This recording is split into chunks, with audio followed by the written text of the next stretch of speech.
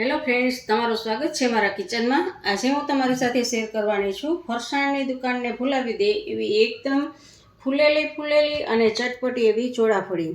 આ ચોળાફળી તમે એકવાર બનાવી મહિના સુધી તેને સ્ટોર કરી શકો છો અને જ્યારે પણ ખાવી હોય ત્યારે તેને ફ્રાય પણ કરી શકો છો। તો જો તમને આ મારી રેસીપી ગમે તો સબસ્ક્રાઈબ કરી બેલ આઇકન પ્રેસ કરજો, જેથી મારી નવી રેસીપીના વિડીયો તમને સૌથી પહેલાં જોવા મળે। તો ચાલો બનાવીએ।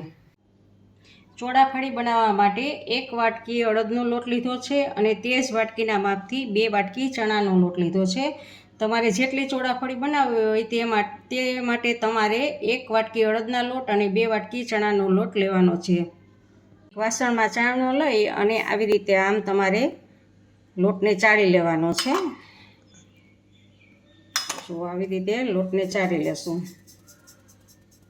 આ રીતે ચોળાફળીનો લોટ આપણો તૈયાર થઈ ગયો છે। હવે આપણે ચોળાફળીનો લોટ બાંધવા માટેનું પાણી બનાવવાનું છે। અડધી વાટકી આપણે પાણી લેવાનું છે અને એમાં આપણે 5 ટીસ્પૂન જેટલો આપણે ખાવાનો સોડા લેવાનો છે અને 1 ટીસ્પૂન આપણે નિમક લેવાનું છે અને આને સારી રીતે હલાવીને મિક્સ કરી લેવાનું છે।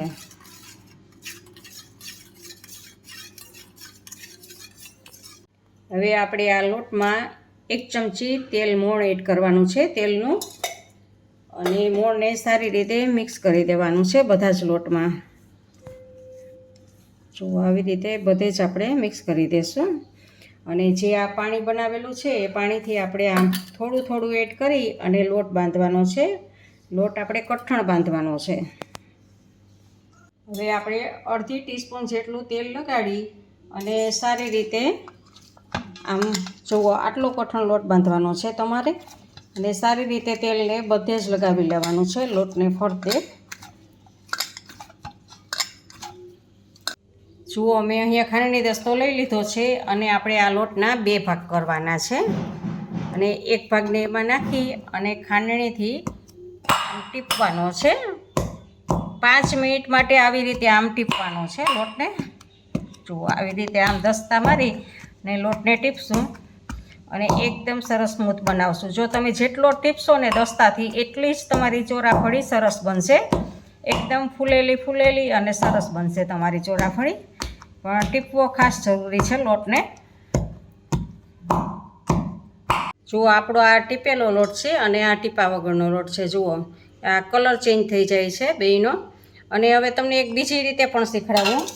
તો એક પાટલી લઈ અને એની ઉપર જો આ ટીપા વગરનો આપણે લોટ લીધો છે એની ઉપર આમ દસ્તા મારીને પણ તમે ટીપી શકો છો। આવી રીતે આમ ટીપવાનું છે। આ બીજી રીતે પણ આવી રીતે ટીપી શકશો। હવે એક આપણે લૂ લઈ અને પાટલી ઉપર લઈ અને આવી રીતે આને વણવાનું છે અને વણી અને 5 મિનિટ માટે ડ્રાય થવા દેવાનું છે। એ જુઓ વણવું થોડોક કઠણ લોટ હોય એટલે થોડુંક હાર્ડ પડશે। જુઓ આ બધી જ આપણે વણી લીધી છે અને સુકાવા દીધી છે। જુઓ તમને બતાવું થિકનેસ આટલી પતલી રાખી છે અને આને 5 મિનિટ આવી રીતે સુકવવા દઈશું અને 5 મિનિટ થાય એટલે આવી રીતે આમ ફેરવી દઈશું। આ બાજુ પણ સુકવવા દઈશું। બંને બાજુ આપણે 5 મિનિટ માટે સુકવવાની છે। આપણી ચોળાફળીની રોટલી સુકાય છે ત્યાં સુધીમાં આપણે મસાલો બનાવી લઈએ ચોળાફળી માટે સ્પ્રિંકલ કરવા માટેનો। તો કાશ્મીરી મરચું છે, અડધી ટીસ્પૂન કાશ્મીરી મરચું છે અને 5 ટીસ્પૂન આપણે સંચળ પાવડર એમાં એડ કરશું અને આ બંનેને મિક્સ કરી દઈશું। આ આપણે સ્પ્રિંકલ કરશું ચોળાફળી ઉપર। જો આ ફ્રેન્ડ્સ આપણી આ ચોળાફળી સુકાઈ જાય, જો આને તમારે સ્ટોર કરવી હોય તો થોડીક વધારે સૂકવવી પડે અને વધારે સુકાઈ જાય પછી તમારે આ બધી જ ભેગી કરી ડ્રાય થઈ જાય વધારે પછી જીપ બોક્સમાં આપણે લોક કરી અને ફ્રીજમાં તમે રાખી શકો છો અને જ્યારે પણ તમારે ખાવી હોય ત્યારે ફ્રાય કરી શકો છો। હવે આપણે એક આ રોટલીને લઈ અને આવી રીતે આમ લાંબા કાપા કરશું। તમારે જેટલા પાતળા લાંબા જાડા કરવા હોય એટલા આવી રીતે આમ કરી શકો છો। જુઓ આવી રીતે આમ લાંબી પટ્ટીમાં આપણે ચોળાફળીને કાપશું। જુઓ આવી રીતે આપણે આમ કાપેલી છે। તો આપણું તેલ આવી ગયું છે, તો હવે આપણે એમાં ચોળાફળી તળવા માટે મૂકીએ। તો જુઓ ફ્રેન્ડ્સ, આપણે આ એક રોટલીની બધી જ ચોળાફળી અંદર આપણે એડ કરી દીધી છે. અને જુઓ એકદમ ફૂલેલી જોવા થાય છે એકદમ. અને ગેસને હવે આપણે ધીમો કરી દઈએ. આપણે લાલ થવા દેવાની નથી, ગોલ્ડન થાય ત્યાં સુધી જ આપણે તળવાની છે. તો જુઓ એકદમ ફૂલેલી આપણી ચોળાફળી તૈયાર છે. જુઓ આપણી ચોળાફળી ફ્રાય થઈ ગઈ છે. તો હવે એની ઉપર આપણે મસાલો જે બનાવેલો છે એ સ્પ્રિંકલ કરી લઈ. ગરમ ગરમ હોય ત્યારે જ મસાલો આપણે છાંટી લેવાનો છે. તો આ મસાલો છાંટીને ખૂબ જ સરસ લાગે છે ચોળાફળી. તો જુઓ આપણી આ ચોળાફળી રેડી છે.